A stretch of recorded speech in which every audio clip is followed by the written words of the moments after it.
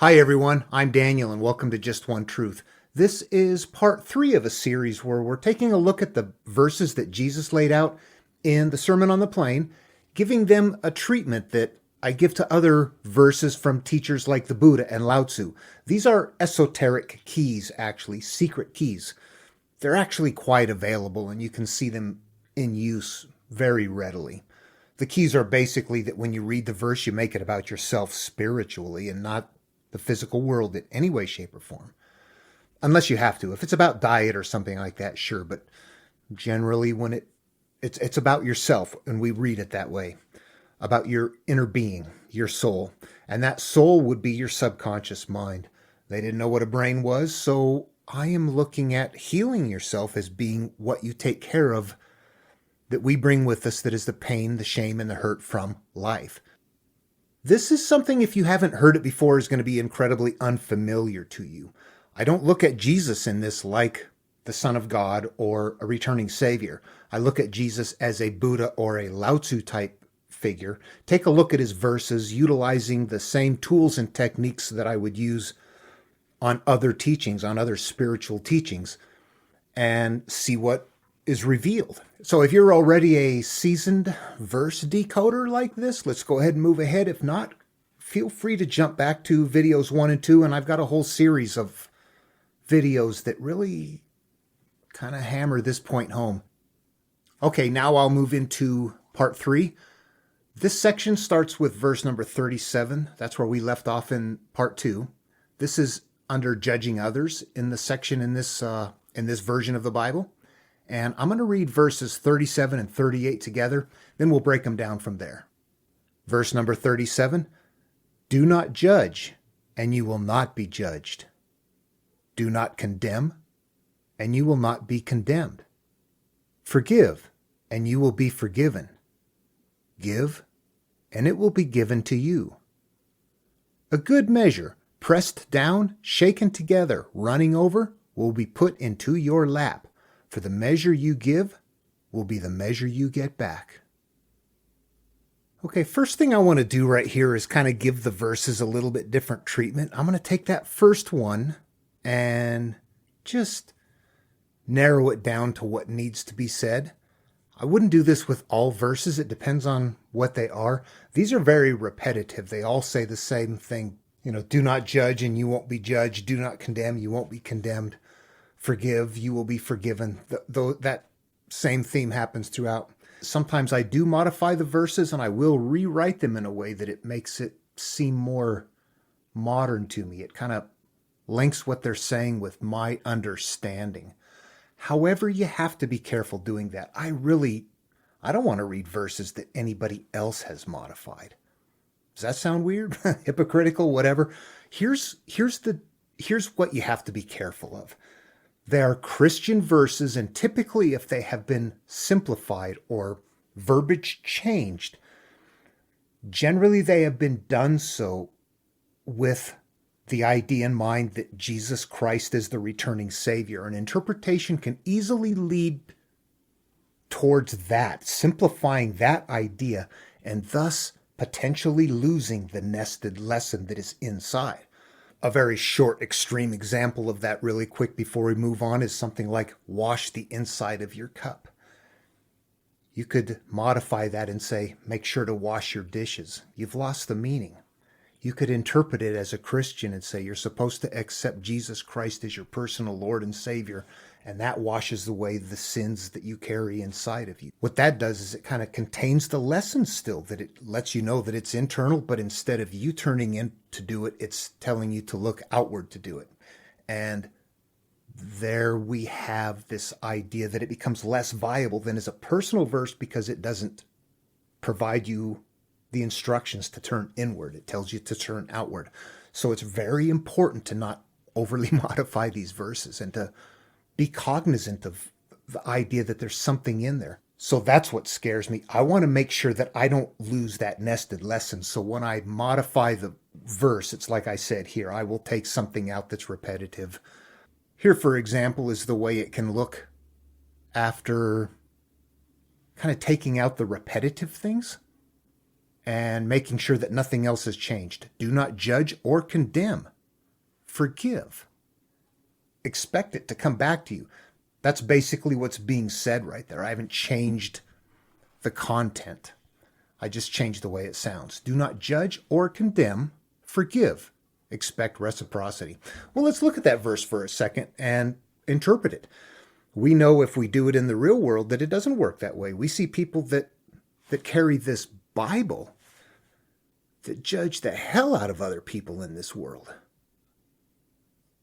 But this isn't just a Jesus teaching. This is a global teaching. This is everybody. Nobody's supposed to judge. However, we know in the world that we are being judged because we are from a certain country or a certain religion or a certain color or who knows what. People will judge you no matter what. So to say, do not judge and you won't get judged back is like, well, I don't see that's the case. You'll get judged anyway. So this has to mean something different. Do not judge or condemn. Judging is a process you hold in your mind. When you are judging, when you are looking, when you are the one saying, he's fat, she's ugly, all those things that I always harp upon. I need to come up with more examples. Judgment isn't just bad things, though. Judgment is really kind of tying your mind up with a fixed perception of something, so you never get to see it for what it really is. You have this idea that you have said, I assign you this, and you give it that, and you hold it at that in your mind. You never get to experience the richness, the fullness that it has the potential to be. And you might hate it. You might be conditioned. There's a lot of different pieces and parts that make up this problem here. But do not judge is the part of it that says you're not supposed to judge or look at anything else. When you judge, you're shutting down your capacity to see them for what they are.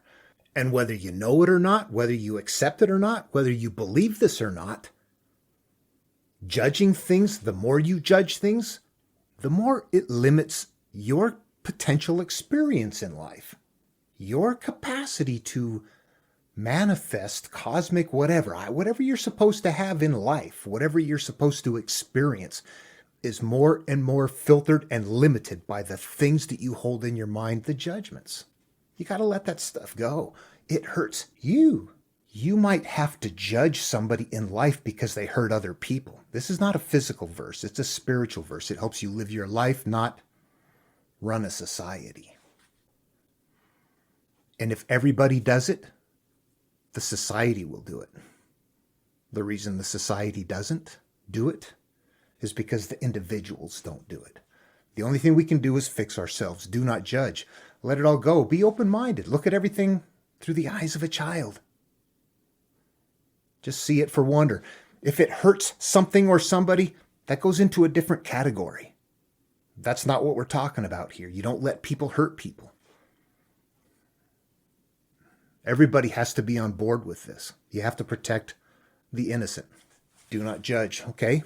Do not condemn. Same thing. When you're holding somebody accountable, it fits into that same thing. You're fixing your mind and your capacity to grasp or understand them on filters that you have decided upon in your mind because you have shut down. When you're condemning somebody, again, spiritual, you're creating filters in your mind. Your capacity to see and experience suddenly changes.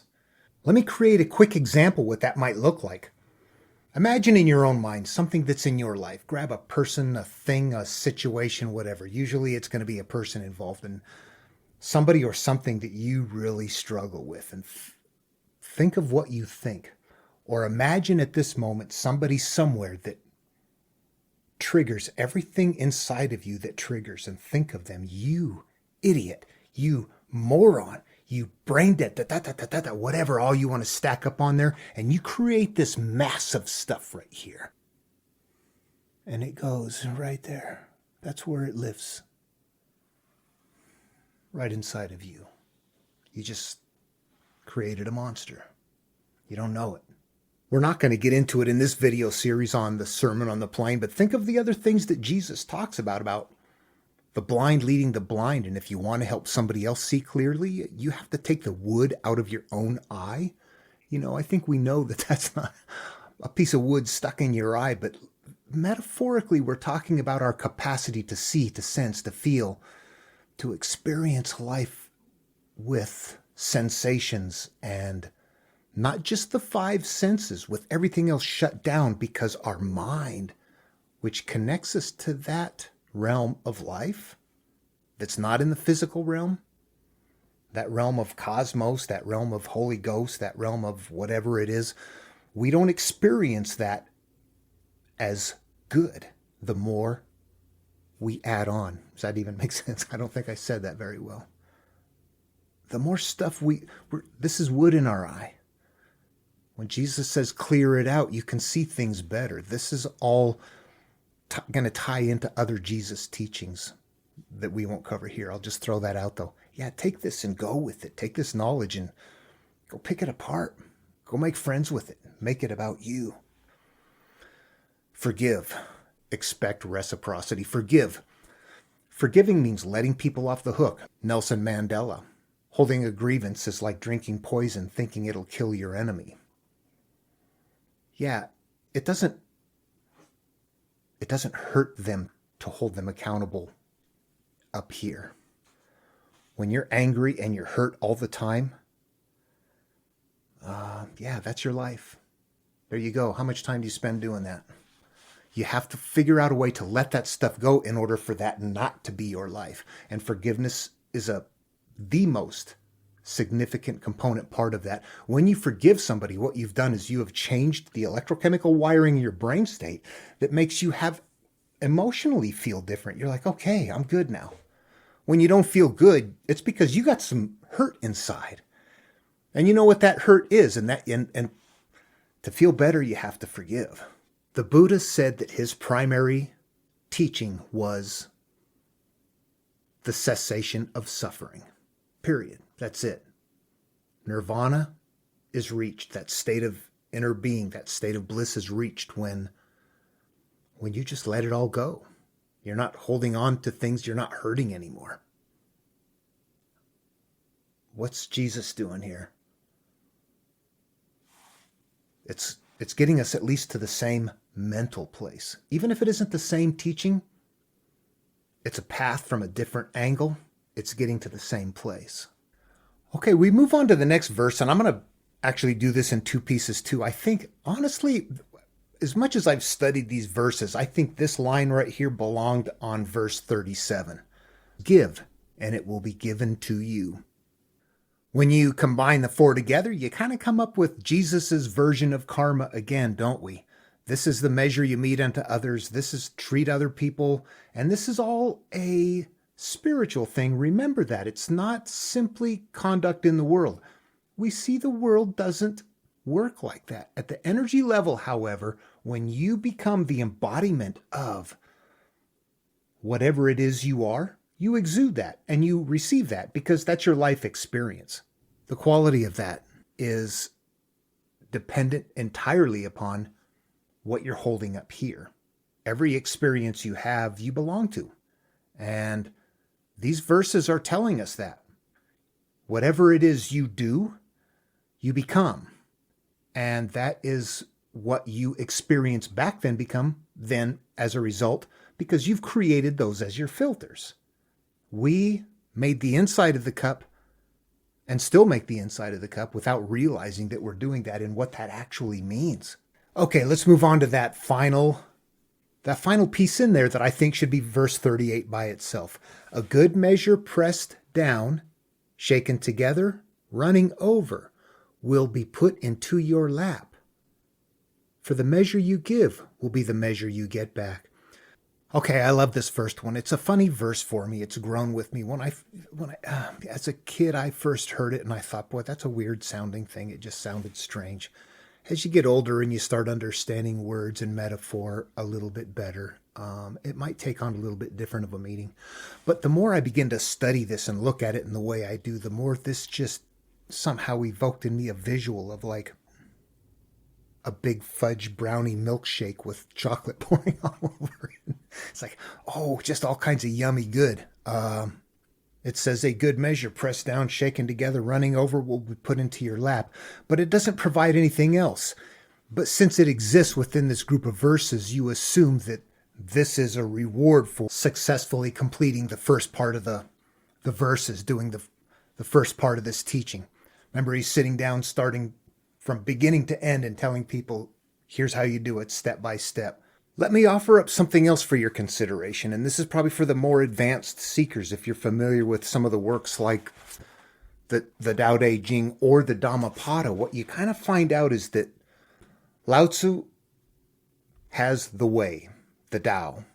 This is the way of life. And then he lays out in this book right here a set of verses on how to accomplish that, how to find this where things just work okay. It's like being in the zone. Life is that way, but it's very cryptic and it's very old.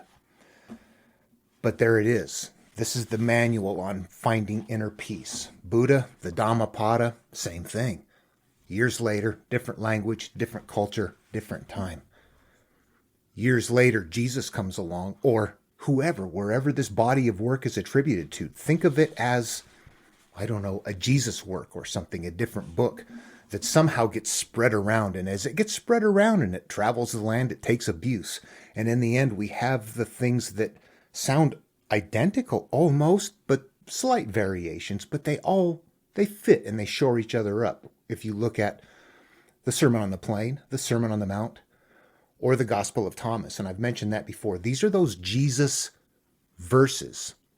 This is Jesus's version of here's how you get to the kingdom of heaven within, where Buddha's is nirvana, Lao Tzu's the way. Read Jesus that way. Look at this and say, boom, that chunk of work right there, that's him telling us this is how you get to the kingdom of heaven within. And then if you were to go through the rest of Jesus's work, like find a Bible with a red letter edition or something like that, so you can kind of just zone in on his stories. You take something like Luke 7:47, the story about this sinner woman who is caring for Jesus. And the verse in the end is, as these fanciful people around town are asking Jesus, what are you doing with this sinner woman? How come you're letting her dote all over you? And he says, she has not ceased giving me attention, Christ, the consciousness. But he said, for her sins, which were many, are all forgiven because she loved much. And you could look at that story and say, good on her. That sinner woman straightened out her life. Or you could say, ooh, I'm the sinner woman, and my sins are all of the things that I hold inside of me that hurt my life, and forgiveness is the way to get rid of them. And that once again, love is evidently the way to do that. Love, some people call it the basic energy of the cosmos. I don't think that that's true. I think the cosmos is a lot of energies. I think love is the basic energy that a human feels that they like and that they want. So when you become the embodiment of that, then yeah, all of those other things do go away. And attention to the path, the Christ path, is how you do that. I think if you're seasoned at this kind of a seeking process, you're going to be very comfortable with it. If you're looking at this from the perspective of a Christian and hearing it for the first time, it's going to be incredibly difficult. Because what I'm basically doing is taking Jesus out of the Bible and separating it as a different thing and keeping all of the Jewish and the Roman letters completely separate from a body of work that Jesus taught. I'm treating Jesus like a Buddha or a Lao Tzu, exactly like that. He has to be isolated from the Bible, and there's a lot of people that are not okay with doing that, or it's very uncomfortable for them. So just think about it, ponder it. If it works for you, yeah, you're ready to go. What you will find is that it continually shows you to clean yourself out. No matter whether you're telling it to a fisherman, to a shepherd, to somebody who's growing crops, it doesn't matter. The stories are constructed for them that nest the same teaching. The next one is a standalone. For the measure you give will be the measure you get back. This is the same as the measure you mete unto others will be likewise meted unto you, and other similar verses. This is karma. This is the way you are. Who and how you exist as a person, the world and your experience will be reciprocal to that. somehow. Okay, I'll move on to the next verse, number 39 here. He also told them a parable. Can a blind person guide a blind person? Will they not both fall into a pit? Okay, building more and more on everything we've done already. A blind person, what is sight in this case? It is not your vision here. It is your capacity to sense, to see, to experience things in your environment by using something other than your five senses. And I'm not talking about mind reading or things like that. I believe humans have this capacity to kind of sense your surrounding to some degree. We can kind of sense danger sometimes. That's the kind of thing I'm talking about. And sometimes you're not very good at that and you get into trouble all the time. Other times somebody, boy, everything happens good for them. What's the difference? Is it just luck or is there something else to it? And I think in my own experience, when I carried a lot of bad things, a lot of bad stuff happened in life. And when I don't carry those bad things, life changes. I think it's that simple. And I think that's exactly how it works. And as simple as that sounds, I know it's actually hard to apply it and do it because it involves getting out some hurtful things. But I believe everything that happens to us is natural, even if they seem like there's spirits and stuff out there. I don't believe the spirits are there. I believe the effects are there. I believe everybody who says, I feel the power of God, I feel all of those things. Yeah, I do too. I do too. And I feel it in a variety of different ways. And I understand at some point that it is a state of being in me that has to do with my mental outlook. That is how I experience life. When I don't see that, when I ignore that, or when I put filters on, or when I start shutting down who and what I am, and I begin building barriers over my capacity to see by judging, by hating, by hurting, by hiding, by storing things away, by creating a mess inside of me that I don't want to deal with, I'm becoming a blind person. A blind person, when somebody needs help, will look at that person and say, I know exactly what you need. But do they? They're looking at the situation through their own filters. What they don't realize is that's what they need. That's their perception. That's a blind person. And when they're leading somebody else that doesn't get it, saying, here, come on, I'll show you the way, they're not going to get anywhere. That's what this means. Okay, let's move on to verse 40. A disciple is not above the teacher, but everyone who is fully qualified will be like the teacher. Well, the first line, a disciple is not above the teacher. I don't know why that's there. Yeah, that's obvious. That doesn't tell us anything. The next line, but everyone who is fully qualified will be like the teacher.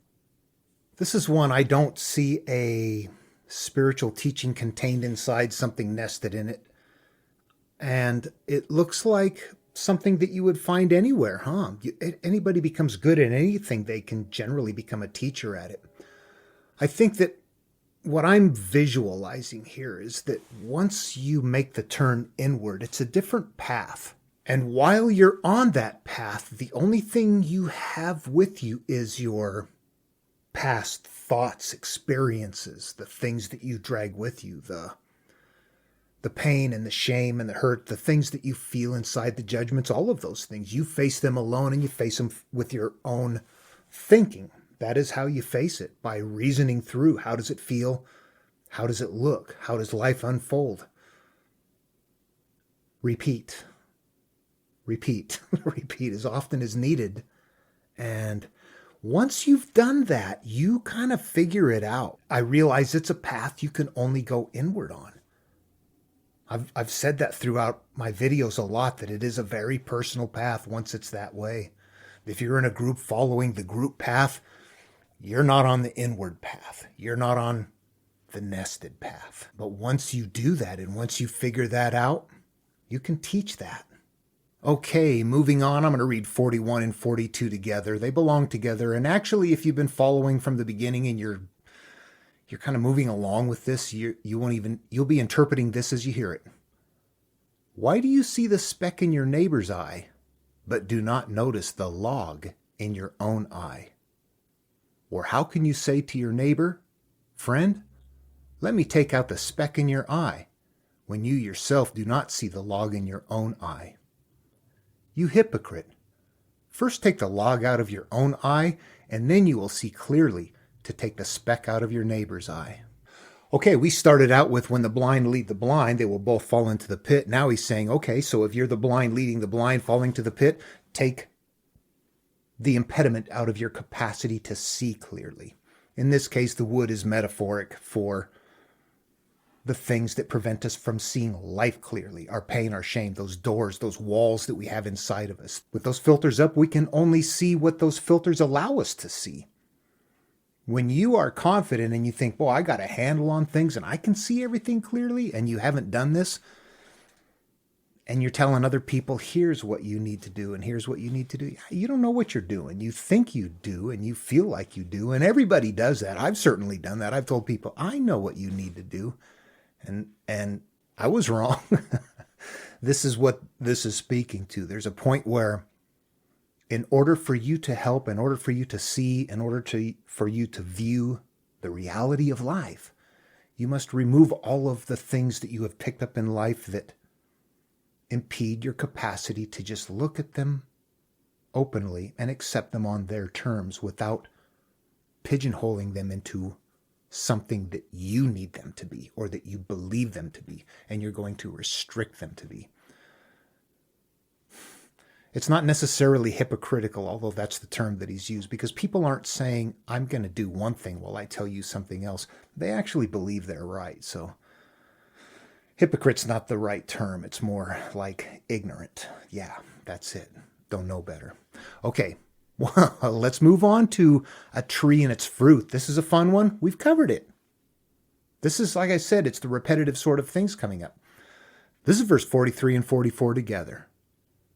No good tree bears bad fruit, nor again does a bad tree bear good fruit. For each tree is known by its own fruit.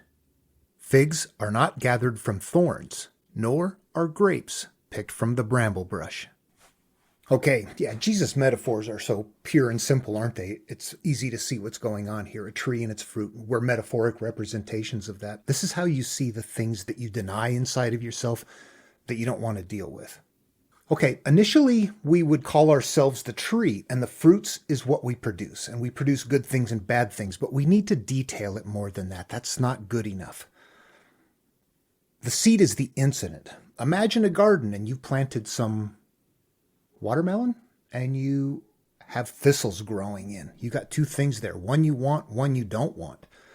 That's how life is metaphorically. You've got love, joy, peace in there that you want, but there's things that have happened to you or judgments that are there that are a part of you that you don't want because they don't coincide with or bring you along that path to the kingdom of heaven within. So you're trying to rid those things that are preventing you from being a pure soul. That having been said, each of the instances that happened that are not good is the seed. From there, you have other experiences, other pain, other shame, things that shore up with it. It is now growing. It's being fertilized. It's being added to through life. Because it happened to begin with, and because it has an energy, and because you have a thought and a confusion and a problem with it, it continues to grow in that manner. And that's just the way it is. Nobody's in control of that. It's happening, and it happens to everybody. That is the tree. And when it produces, what's it going to produce? It's going to be many different things. It might be really anger, screaming, yelling, pain, shame, hiding, hurting others, hurting self. Maybe you don't act out at all, but you just sit there quietly and think it's okay. But inside your mind, you're just in a turmoil. And nobody knows that. And they smile at you and you smile back. But inside, you're tore up, you're frazzled, you're hiding it. That's manifesting. It's still surfacing because it's affecting the quality of your physical life. When that happens, that's the fruit.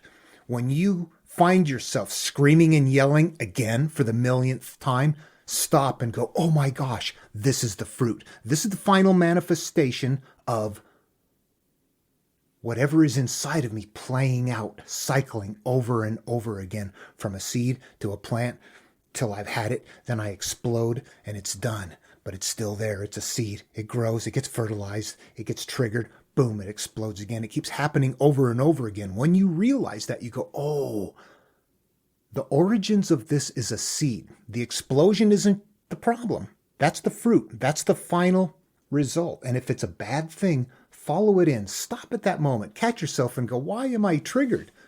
What am I doing? What did they do? What did she do? What did he do? When we fly off like that, angrily, or hurt people, or feel bad, or hurt ourselves, or anything like that, that really you look at it and you can tell if it's okay or not by how it affects the people around you and how it affects your general state of being and the being of others. And if it's a bad fruit, it feels bad. That's a bad fruit. If it's a good fruit, it feels good. However, remember the verse about don't just cut down the tree because it grows back? This is somewhere else in the Bible. Pull out the whole root. And that's exactly metaphorically what would fit with this as well. Don't just sit there and say, okay, I'm sorry again. I don't know why I did that. And then blow up again and say, I'm sorry. At some point, that doesn't work anymore. That is akin to chopping down the tree, but the root is still there, so it continually comes back. The axe is laid at the root of the tree so that when it's pulled up, it can't come back anymore. See the metaphoric representation between the human soul and a garden. Beautiful, wonderful. Okay, this last piece right here is under a section called the two foundations. And I'm just going to read all the verses to the end right here. This is 46 to 49. Why do you call me Lord, Lord, and do not do what I tell you? I will show you what someone is like who comes to me, hears my words, and acts on them. That one is like a man building a house who dug deeply and laid the foundations on rock. When a flood arose, the river burst against the house but could not shake it because it had been well built. But the one who hears and does not act is like a man who built a house on the ground without a foundation. When the river burst against it, immediately it fell, and great was the ruin of that house. Okay, this is kind of a fun one to end everything up with. This is more of a warning from Jesus, I think. It's letting us know that you have to follow these words, but it's also kind of addressing something that's a little telling to me that I think is funny. Why do you call me Lord, Lord, and do not do what I tell you? Video number 1 or number 2 of mine, I've got a picture of me wearing my shirt that says, be like Jesus, not like Christians. Yeah, that's what, I think this is where I get that idea from. Okay, let's just try to see it for what it is. We can look today and we can see that Christianity is really a broad-stroked belief, isn't it? That you don't know what a Christian is. If somebody says they're a Christian to me, I say, okay, what does that mean? Are you going to hate me or love me? I don't know what that means. Jesus is not about that. He's pretty much about love. You will see people today, though, that are people who worship Jesus. This idea came about that as the Lord, as the Son of God, if I simply praise you, I'm going to heaven. And that's very pervasive in culture. Not everybody is that way. And there are Christians who would be on board with both ideas. You follow the teachings of Jesus and you worship him as the Son of God. Boy, I'm okay with that because you're following the teachings of Jesus. To me, what's most important is just following the teachings of Jesus. And what is he saying? Why do you call me Lord, Lord, and do not do what I tell you? He's laid out a list of things to do here, but he's got it encoded. He's not saying, worship me. I got this. I will show you what someone is like who comes to me, hears my words, and acts on them. This says, if you can comprehend my words and do them, I'll tell you how it works. I'll show you what you're in for. Then he goes on into this flowery thing about the house and the foundation and digging into it, which is basically just letting you know that there's a very solid core to this, that if you accomplish it, life won't shake you. It doesn't matter what happens, you're going to be okay. But that if you're not in a position where you've established that foundation, where you're not following his words, you haven't cleaned out, you're doing something different in life, you're not following this path. And I don't know how to describe that. If you're on the path, you're like, I get that. If you're not on the path, like when I wasn't, I would listen to people say that and go, I have no idea what you're talking about. Only in certain actions can you comprehend the actions. You know what I mean? When things are beyond you, you don't see them. And I get that. And there are things beyond all of us. I can be honest and tell you that I learn a lot more these days, that I came to that realization instead of being somebody who used to think he knew everything. Boy, I got a lot to learn. Anyway, okay, well, that's it on this. This is, like I said, this is Jesus' teaching in a nutshell, based on this final version that ended up in the book of Luke and called the Sermon on the Plain.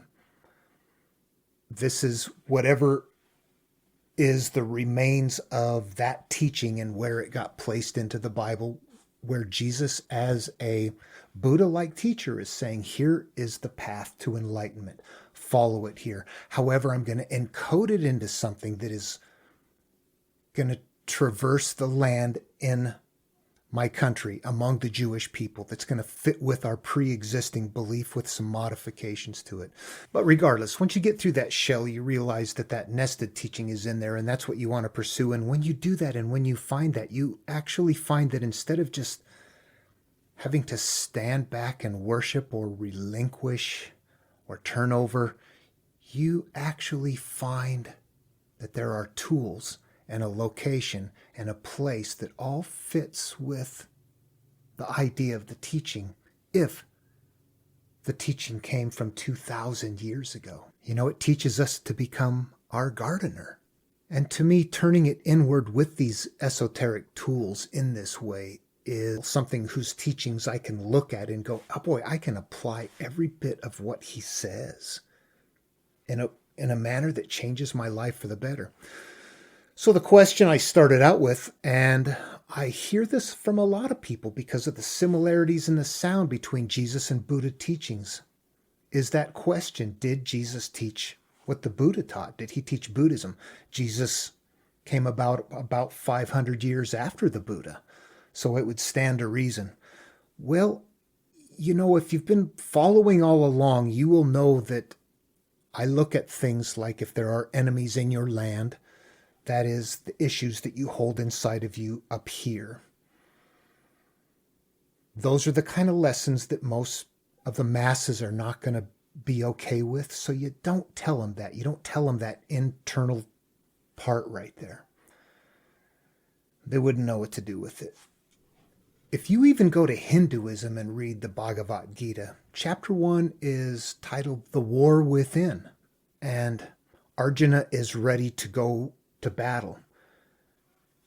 His family members from long ago have been running the land that belongs to him now, and he needs to go get it back, but they're not going to give it up. This is a parallel teaching to Jesus talking about people who are working in fields and not giving up the land, the landowners coming and trying to get it back and trying to get what belongs to them. And the people who are there that have taken it over are doing bad things. They're in elaborate stories, but they really nest something that is just personal and mental in that way. I don't think Jesus taught Buddhism. Buddha taught veganism. Jesus said it doesn't matter what goes into your mouth, it matters what comes out of your mouth.